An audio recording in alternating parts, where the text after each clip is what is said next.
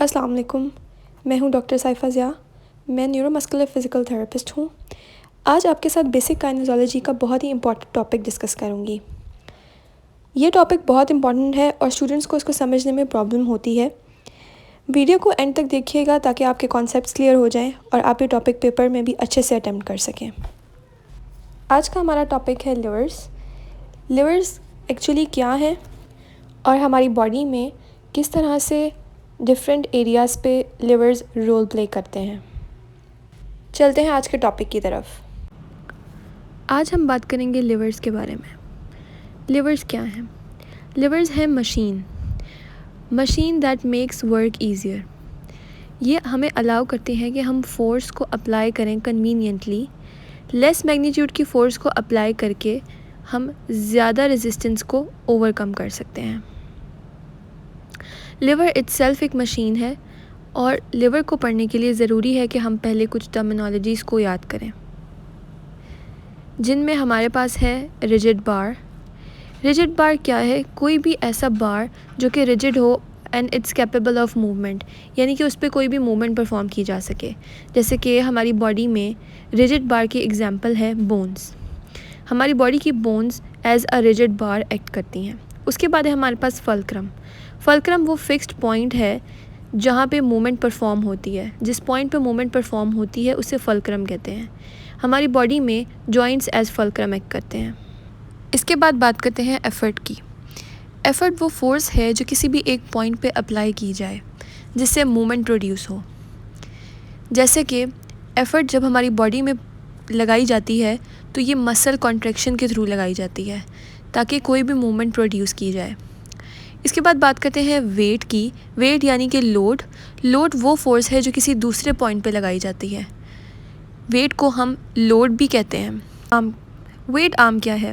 Wait arm वो distance है जो फल्क्रम के पॉइंट और वेट के पॉइंट के दरमियान होता है। इस परपेंडिकुलर डिस्टेंस को हम वेट आर्म कहते हैं। ये डिस्टेंस परपेंडिकुलर होता है, यानी कि 90 डिग्री का डिस्टेंस होता है। इसके बाद बात करेंगे हम एफ़र्ट आर्म की। एफ़र्ट आर्म भी 90 डिग्री का डिस्टेंस होता है, यानी कि परपेंडिकुलर डिस्टेंस होता है बिटवीन फल्क्रम एंड एफ़र्ट। जैसे कि अब हम नीचे डायग्राम में देख रहे हैं, ये एक लॉन्ग रिजिड बार है जिसे हम लिवर कहते हैं। एक एंड पे एफ़र्ट है और एक एंड पे वेट। फल्क्रम से एफ़र्ट के डिस्टेंस को हम एफ़र्ट आर्म कहते हैं और फल्क्रम से वेट के डिस्टेंस को हम वेट आर्म कहते हैं। एफ़र्ट यानी कि वो पॉइंट जहाँ पे मसल की इंसर्शन हुई हुई हो और मसल कॉन्ट्रैक्शन करे, ये वेट आर्म और ये एफ़र्ट आर्म। एफ़र्ट यानी कि इंसर्शन ऑफ मसल, वो पॉइंट जहाँ पे मसल की कॉन्ट्रैक्शन हो और मसल्स की इंसर्शन हुई हुई हो। ये टोटल डायग्राम है जिसमें एक लिवर में फल्क्रम, एफ़र्ट और वेट के बारे में बताया गया है। अब आगे बढ़ते हैं और बात करते हैं 3 क्लासेस ऑफ लिवर के बारे में। टोटल 3 क्लास ऑफ लिवर हैं, first order, second order and third order. First order पढ़ते हुए इस बात का ध्यान रहे कि फल्क्रम हमेशा सेंटर में आएगा।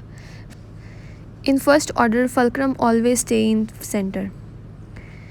अब यहाँ पे 3 डायग्राम्स दिखाई गई हैं और इन तीनों में आप देख सकते हैं कि फल्क्रम जो है वो सेंटर में है। अब जो डिस्टेंस है हमारे पास बिटवीन फल्क्रम एंड वेट और between effort and fulcrum, that can very. Fulcrum और वेट के दरम्यान में जो डिस्टेंस है उसे हम वेट आर्म कहते हैं। फल्क्रम और एफ़र्ट के दरम्यान में डिस्टेंस है हम एफ़र्ट आर्म कहते हैं। अब ये डिस्टेंस एफ़र्ट आर्म का और वेट आर्म का दोनों इक्वल भी हो सकते हैं और कोई एक दूसरे से एक्सीड भी कर सकता है। अगर फल्क्रम वेट के करीब होगा तो हमारा एफ़र्ट आर्म एक्सीड कर जाएगा, यानी कि उसका डिस्टेंस जो है वो हमारे पास ज़्यादा होगा। जैसे कि आप यहाँ देख सकते हैं कि यहाँ एफ़र्ट आर्म का डिस्टेंस ज़्यादा है, एफ़र्ट आर्म एक्सीड करा है as compare to weight arm. Similarly नीचे अगर फल्क्रम एफ़र्ट के करीब है तो हमारा वेट आर्म एक्सीड कर जाएगा, उसका डिस्टेंस ज़्यादा होगा। अब आगे चलते हैं एग्जाम्पल्स की तरफ, जो हमारी डेली रूटीन की एग्जाम्पल्स हैं। अगर उनको देखें तो हमारे पास यहाँ एग्जाम्पल आती है सीसॉ की। सीसॉ में हमारे पास एक लिवर है, लिवर में हमारे पास वेट है, फल्क्रम है और हमारे पास लोड है। फर्स्ट ऑर्डर के मुताबिक अगर आप देखें तो फल्क्रम सेंटर में होना चाहिए, एक तरफ वेट होना चाहिए और यानी कि लोड होना चाहिए और एक तरफ हमारे पास एफ़र्ट होना चाहिए और फल्क्रम हमारे पास सेंटर में है। अब बात करते हैं प्लायर्स की। प्लायर्स में हमारे पास 2 होल्डिंग बार्स हैं जो एज एन एफर्ट एक्ट करते हैं। सेंटर में हमारे पास फल्क्रम है और एक साइड पे लोड है। एफर्ट लगाएंगे तो लोड जो है उसमें उसकी तरफ मूवमेंट होगी। उसके बाद हम बात करते हैं क्लॉ हैमर की। क्लॉ हैमर में हमारे पास जो वुड का रॉड होता है उसके एक साइड पे एफर्ट होता है, सेंटर में फल्क्रम है और जिस तरफ से हम नेल को प्लग कर रहे हैं इन या फिर नेल हिट कर रहे हैं उस तरफ जो है हमारे पास लोड है। इस तरह से हमारे पास फल्क्रम सेंटर में है और एफर्ट और load both on each sides. फिर क्रो बार और सीजर्स भी हमारे पास एग्जांपल है फर्स्ट ऑर्डर ऑफ लीवर में। अब हम बात करते हैं कि यही लिवर्स हमारी बॉडी में किस तरह से एक्ट करते हैं। पहली एग्जांपल है हमारे पास एटलांटो ऑसिपिटल जॉइंट। ये वो जॉइंट है जिस पे हमारे हेड की नोडिंग मूवमेंट होती है, यानी कि जो हम येस और नो में फ्लेक्शन करते हैं अपने हेड की, ये वो मूवमेंट है। अब यहाँ डायग्राम में दिखाया गया है हमारे पास ये एक स्कल है और इसमें हमारे पास जो जॉइंट है एटलांटो ऑसिपिटल वो एज अ फल्क्रम एक्ट कर रहा है और आगे की तरफ हमारे पास वेट है, यानी कि हेड और फेस का वेट। जो भी मूवमेंट होगी हमारे फल्क्रम यानी एटलांटो ऑसिपिटल जॉइंट पे होगी और जो मूवमेंट परफॉर्म होगी वो हमारे जो एक्सटेंसर मसल्स हैं, पोस्टीरियर नेक मसल्स, वो कॉन्ट्रैक्ट करेंगे, यानी अपने इंजर्शन पॉइंट पे कॉन्ट्रैक्ट करेंगे ताकि ये एटलांटो ऑसिपिटल जॉइंट पे नोडिंग मूवमेंट परफॉर्म हो। अगली एग्जांपल है हमारे पास पेल्विस ऑन फेमोरल हेड। यहाँ एक डायग्राम है हमारे पास फीमर की जिस पे हमारा पेल्विस है, हिप जॉइंट है और यहाँ पे फीमर पे हमारा हिप जॉइंट अटैच है, ये एक्ट कर रहा है एज अ हमारा फल्क्रम। उसके बाद आगे की तरफ देखें तो बॉडी का सारा वेट है और पीछे की तरफ हमारे पास हिप एक्सटेंसर मसल्स हैं, ये कॉन्ट्रैक्ट करते हैं तो यहाँ वेट उठाता है हमारा हिप जॉइंट और मूवमेंट परफॉर्म होती है। अब हम बात करेंगे मैकेनिकल एडवांटेज के बारे में। मैकेनिकल एडवांटेज होता क्या है, यानी कि हमारी बॉडी जो है वो इजीली जब कोई वेट लिफ्ट करती है तो वो हमें मैकेनिकल एडवांटेज है, यानी कि कोई भी चीज़, कोई भी मूवमेंट अचीव करे हमारी body without any great effort. और इसमें हमेशा कब ये अचीव होता है, कब गेन होता है, जब हमारा एफर्ट आर्म एक्सीड करे, यानी कि एफर्ट आर्म ग्रेटर हो as compare to the weight arm. अब in case of first order mechanical advantage possible है क्योंकि इसमें हमारे पास एफर्ट आर्म एक्सीड कर जाता है। अब बात करते हैं सेकंड ऑर्डर के बारे में। सेकंड ऑर्डर ऑफ लिवर जिसमें वेट हमेशा सेंटर में होगा और फल्क्रम हमेशा एंड पे मिलेगा हमें। इसमें भी एफर्ट आर्म एक्सीड करता है।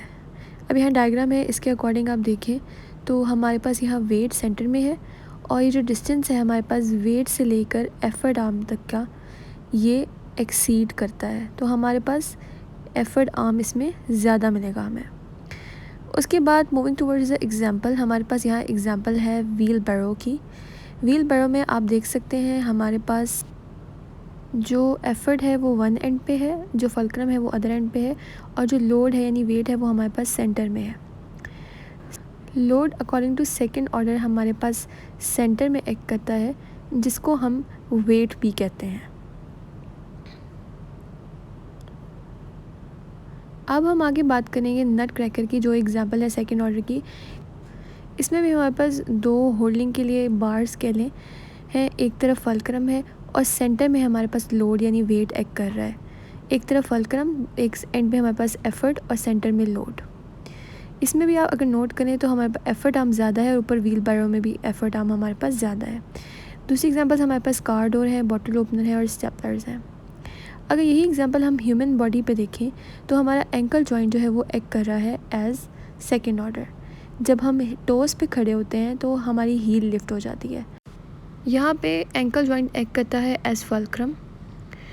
जो हमारे काफ के मसल्स हैं वो एक्ट करते हैं एज एन एफर्ट और जो हमारे सेंटर ऑफ ग्रेविटी जो हमारे फुट के सेंटर में एक्ट कर रहा है वो हमारी बॉडी को के वेट को लिफ्ट करता है, वो एक्ट करता है एज वेट।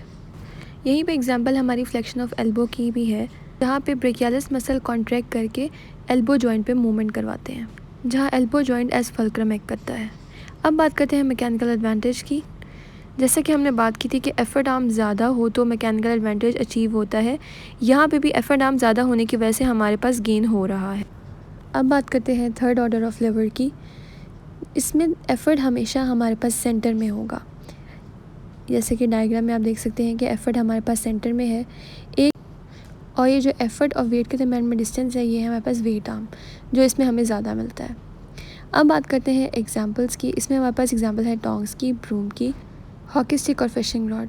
टोंग्स की बात करें तो 2 एंड है हमारे पास जो एज अ फल्क्रम और एज अ लोड एक करे हैं, सेंटर में हमारे पास एफ़र्ट है। सिमिलरली ब्रूम की बात करें तो सेंटर में हमारे पास एफ़र्ट है, one and is of fulcrum and other and is of load. फिर हॉकी स्टिक के बारे में ये सवाल ज़रूर किया जाता है कि हॉकी स्टिक किस तरह से एज थर्ड ऑर्डर है। इसमें हमारे पास जहाँ से हम पकड़ते हैं हॉकी स्टिक, वो एफ़र्ट का पॉइंट है, यानी कि वो सेंटर में है। एक एंड जहाँ पे रेजिस्टेंस लगती है, लोड लगता है, वो हम लोग वेट के तौर पे लेंगे और एक एंड हम लोग फल्क्रम के तौर पे लेंगे। अब बात आती है कि examples of third order in body. जब फ्लेक्शन ऑफ एल्बो वेट के साथ की जाए, यानी कि ब्रेकियालिस की कॉन्ट्रैक्शन की जाए हाथ में कोई वेट लिफ्ट करके, तो ये एग्जांपल है थर्ड ऑर्डर की, जिसमें ब्रेकियालिस कॉन्ट्रैक्ट करते हैं एट देयर इंसर्शन पॉइंट, जो कि फल्क्रम से डिस्टल होता है। अब हम बात करेंगे मैकेनिकल एडवांटेज की। इसमें हमारे पास मैकेनिकल एडवांटेज नहीं, क्योंकि डिसएडवांटेज होता है, क्योंकि हमारे पास यहाँ वेट आर्म जो है वो एफर्ट आर्म से ज़्यादा होता है। फर्दर मूविंग ऑन, हम बात करते हैं कि एक्चुअली लिवर्स का हमारी बॉडी पे क्या रोल है और फिज़ियोथेरेपी में इसका क्या रोल है। जब लिवर्स को अच्छी तरह से हैंडल किया जाए तो जो एफ़र्ट जनरेट करनी पड़ती है पेशेंट को या थेरेपिस्ट को कोई भी एक्टिव या पैसिव मूवमेंट करवाते वक्त, वो कम से कम हो जाती है। जैसे एग्जांपल लेते हैं कि एक थेरेपिस्ट है, उसने हिप पे फ्लेक्शन करवानी है। मीनवाइल अगर पेशेंट की लेग यानी कि नी एक्सटेंशन में होगी तो वेट बढ़ जाएगा और उसके लिए वो हिप पे फ्लेक्शन करवाना मुश्किल हो जाएगा। लेकिन अगर हम पेशेंट की नी को फ्लेक्स कर दें तो थेरेपिस्ट को मेहनत कम करनी पड़ेगी और वेट कम हो जाएगा। तो ये थी हमारी आज की वीडियो। उम्मीद करते हैं कि ये वीडियो आपको अच्छी लगी और आपके कॉन्सेप्ट्स भी क्लियर हुए। कमेंट सेक्शन में ज़रूर बताइएगा और सजेशन दीजिएगा कि अगर आपको इसी तरह की किसी भी और टॉपिक पे वीडियो चाहिए हो तो चैनल को सब्सक्राइब कीजिएगा और बेल आइकन ज़रूर प्रेस कीजिएगा ताकि आप तक हमारी वीडियो पहुंच जाए।